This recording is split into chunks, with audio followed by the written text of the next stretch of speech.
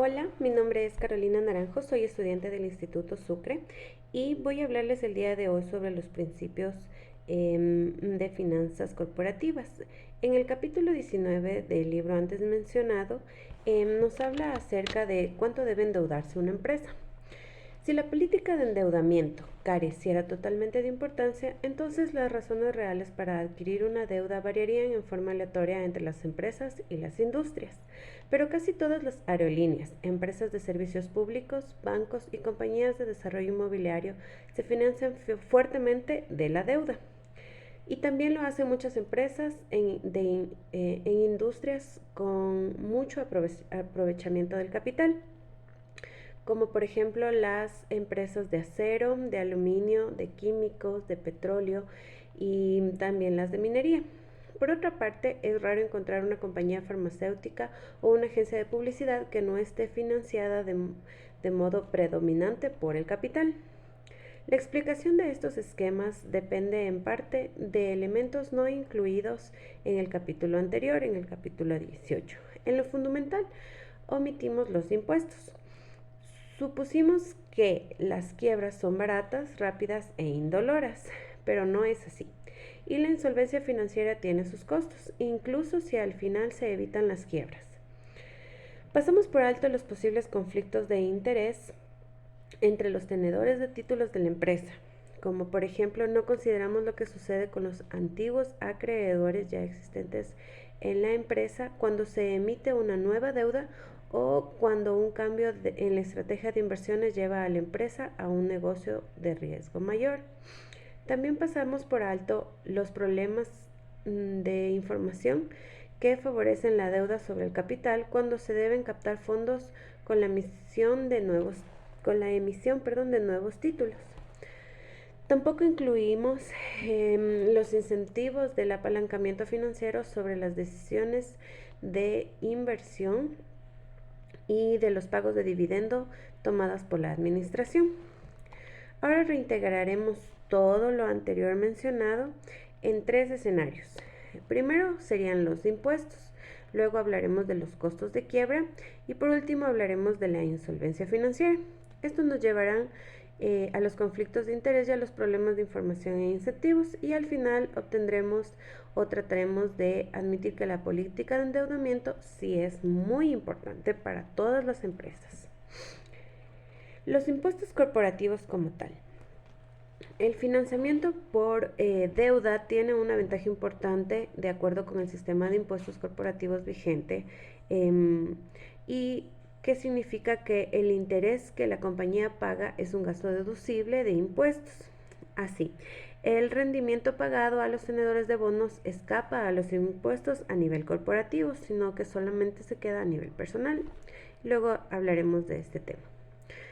Ahora, los ahorros fiscales, que son derivados del impuesto, pueden ser activos muy valiosos para las compañías. Por ejemplo, supongamos que una compañía mantiene una deuda fija y permanente, o sea que quiere decir que la compañía se promete a refinanciar sus presentes obligaciones de deuda cuando vencen y a renovarlas indefinidamente. Entonces, la compañía puede considerar que tendrá una corriente permanente de flujos de efectivo durante el año o al año, de acuerdo al valor de la deuda y al porcentaje de interés. El riesgo de tales flujos depende solo de la tasa de impuestos corporativa y de la capacidad de la compañía de obtener suficientes ingresos para cubrir los pagos de intereses. La tasa de impuestos corporativos ha sido bastante estable durante el último tiempo y la capacidad de la compañía para ganar sus pagos de interés debe ser razonablemente segura. De otro modo, no podría haber obtenido los préstamos. Si es que se comprueba que no obtiene la capacidad, pues la empresa no puede obtener el préstamo. Por lo tanto, se debe descontar los ahorros fiscales del interés a una tasa relativamente baja. Pero, ¿cuál sería esta tasa? Un supuesto común es que el riesgo de los ahorros fiscales es el mismo que el de los pagos de interés que los generen. Así que descontamos al porcentaje de interés de la deuda, al porcentaje de interés de la deuda, la tasa de rendimiento esperada que demandan los inversionistas que tienen en su poder la deuda de la empresa. Conforme a estos supuestos, el valor presente del ahorro fiscal es independiente del rendimiento sobre la deuda. Este iguala a la tasa de impuestos corporativos y la misma es multiplicada por la cantidad tomada del préstamo. En este caso, el pago de interés nos dice, ¿no?, que el pago de interés sería igual al rendimiento de la deuda por la cantidad del préstamo. Para sacar el valor presente del ahorro fiscal, tendríamos que multiplicar la tasa de impuestos corporativos por el pago de intereses, que fue la fórmula que hicimos anteriormente, y esto dividido para el rendimiento esperado de la deuda. De esta manera sacaremos el valor presente del ahorro fiscal. Desde luego, el ahorro fiscal es menor si la empresa no planea tomar prestada una cantidad fija permanente o puede no tener suficiente ingreso gravable como para usar los ahorros fiscales correspondientes. En este caso, primero, tenemos que usar la tasa marginal de impuestos corporativos, no la tasa promedio. Las tasas promedio a menudo son mucho más bajas que las tasas marginales por la depreciación acelerada y los ajustes fiscales. En este caso, si son grandes corporaciones, la tasa marginal suele tomarse como la tasa estatutaria. Sin embargo, la tasa marginal efectiva puede ser menor que la tasa estatutaria, especialmente en el caso de compañías pequeñas de mayor riesgo, que no pueden tener la certeza de ganar ingreso gravable en el futuro. En otro supuesto, si la cantidad de la deuda es fija y estable al paso del tiempo, el supuesto alternativo natural es que la razón fija de la deuda sea igual al valor de la firma. Sea igual al valor al momento de la firma. Si la razón es fija, entonces el nivel de deuda y la cantidad de ahorros fiscales por el interés fluctuarían conforme fluctúe el valor de la empresa. En este caso, no se pueden descontar los ahorros fiscales por los intereses proyectados al costo de la deuda. Y para el siguiente caso sería que si el ingreso de la compañía no cubre el interés en algún año futuro, el escudo fiscal no se pierde necesariamente. La compañía puede trasladar hacia atrás la pérdida y recibir una devolución de impuestos por la cantidad pagada de hasta 2 años anteriores. Ya. Ahora, ¿cómo contribuyen los ahorros fiscales de intereses al valor del capital social de los accionistas? En el punto 1, en el primer supuesto, nosotros indicamos que equivale a decir que el valor de un pastel no depende de la forma en la que se corte. El pastel representa los activos de la empresa y las rebanadas de este pastel o las divisiones de este pastel son los derechos sobre la deuda y el capital social. Si nosotros mantenemos constante el pastel, entonces una moneda de deuda significa $1 menos del valor del capital social. Pero en realidad hay una tercera rebanada que es la del gobierno. En este caso, nosotros tenemos que entender que un balance ampliado con un valor de activos antes de impuestos es diferente al valor de los derechos del gobierno y a los impuestos reconocidos como un pasivo. Se puede decir que de todos modos el valor del pastel, en este caso el valor de los activos antes de impuestos, no cambia con la forma de dividirlo, pero sí cambia obviamente cualquier cosa que la empresa haga para reducir el tamaño de la rebanada del gobierno. Esto se concluye como un beneficio para los accionistas. Una cosa que puede hacer es tomar dinero prestado, lo que reduce su cuenta de impuestos, y esta opción incrementa los flujos de efectivo para los inversionistas en deuda y capital.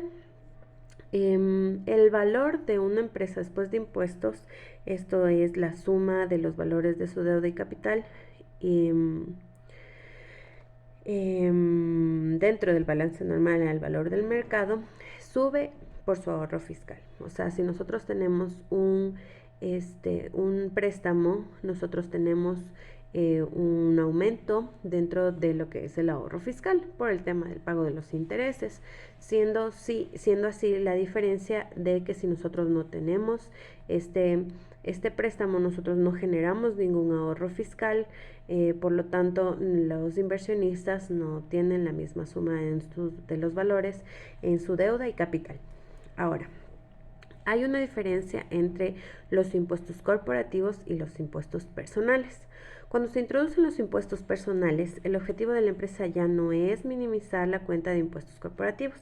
La empresa debe tratar de minimizar el valor presente de todos los impuestos pagados sobre los impuestos corporativos. En este caso, serían ya un escenario de todos los impuestos, incluyendo los impuestos corporativos y los personales. Hacemos un global y estos son pagados por tenedores de bonos y también de los accionistas. Ahora, para nosotros tener una idea de cómo se realiza el apalancamiento o cómo el apalancamiento afecta a los impuestos corporativos y personales, esto depende de la estructura de capital de una empresa, ¿sí?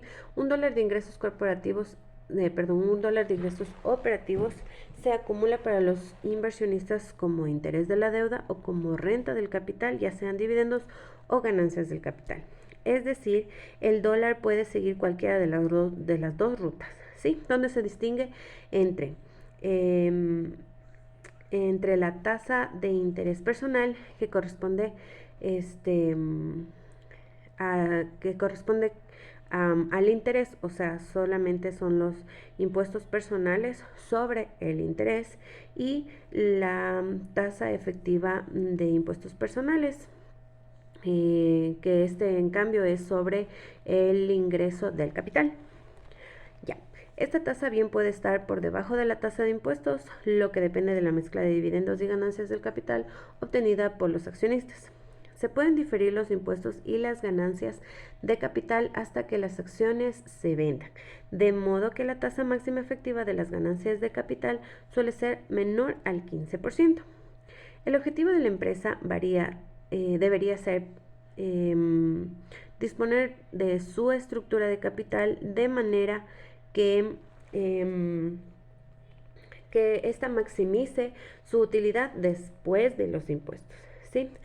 En este caso, nosotros tenemos una fórmula que indica la ventaja relativa de impuestos de la deuda sobre el capital, que sería 1 menos sobre la tasa de impuestos personales.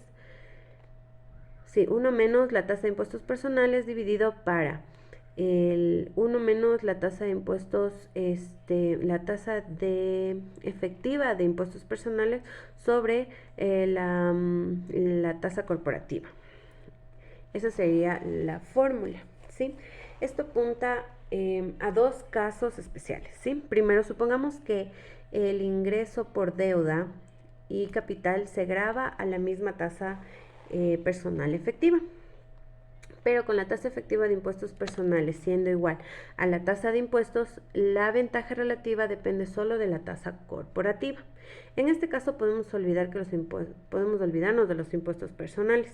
La ventaja fiscal de los impuestos corporativos es exactamente la misma. No tienen que suponer, en este caso, la eliminación de los impuestos personales. Su teoría de deuda e impuestos requiere que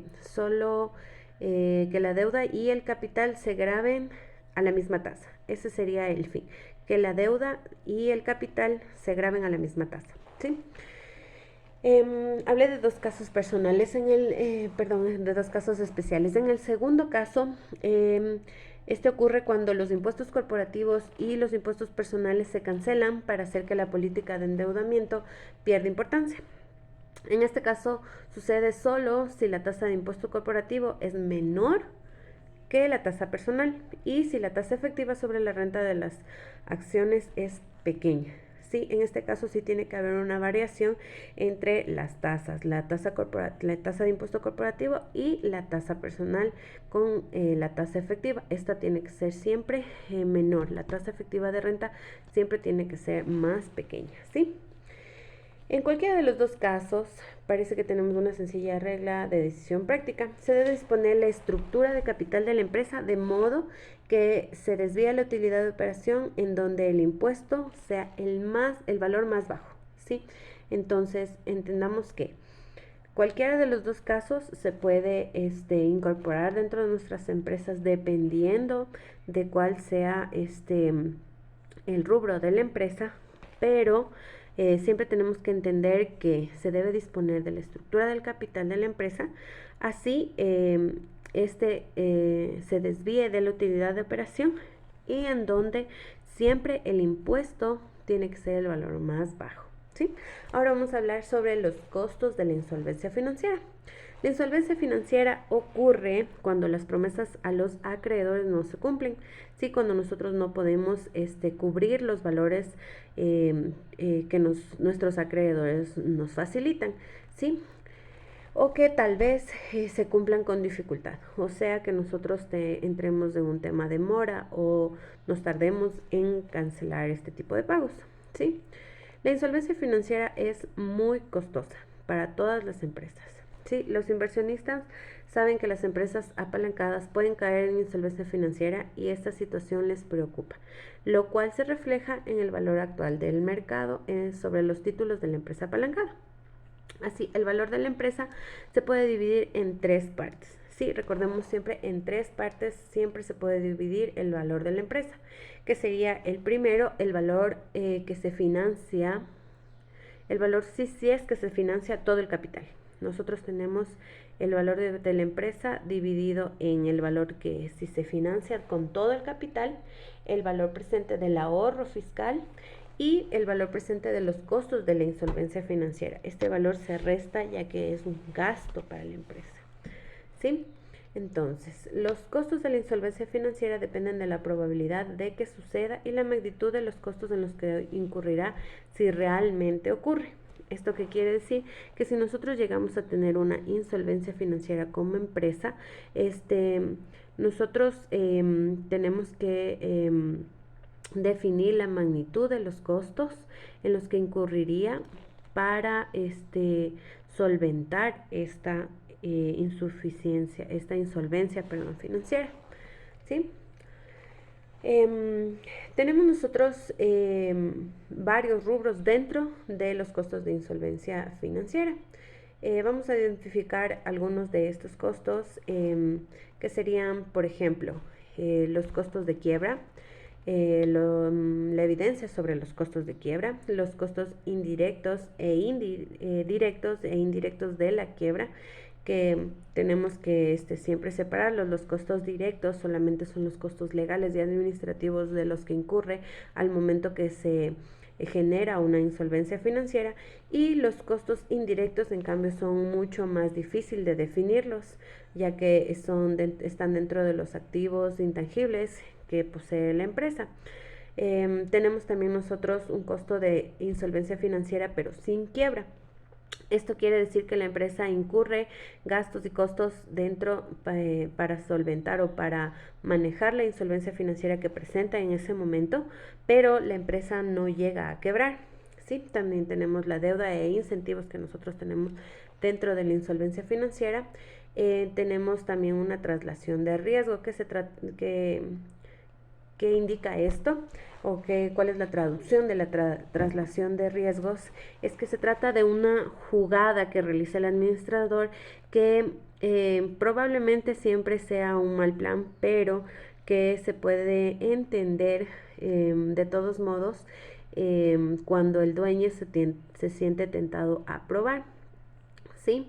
Es probable que tal vez el dueño vaya hacia esa dirección y siempre tiene el riesgo de no obtener los resultados esperados al arriesgarse a realizar estas jugadas para trasladar el riesgo, pero si es que obtiene un resultado positivo, siempre tendrá ganancia, siempre tendrá la mayor parte de la ganancia, incluso el dueño de la compañía, al realizar esta jugada que es bastante temeraria. En este caso, si es ya decisión del dueño, si es que quiere realizar la traslación de riesgo, pero de todas formas, si es que, como les digo, el resultado es positivo, pues la mayor parte de esa ganancia sería directamente para el dueño, o sea, para la compañía, ¿sí? También tenemos otro costo que es rehusarse a contribuir al capital social. Esto lo pueden realizar los tenedores de bonos y accionistas cuando se este, actúan por interés propio y se rehúsan a realizar la cancelación de los pagos de las inversiones.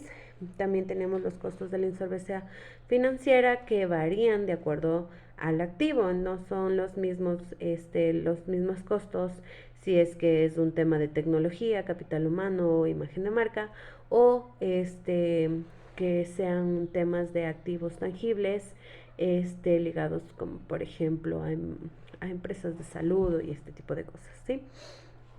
Tenemos también la teoría del intercambio de la estructura del capital.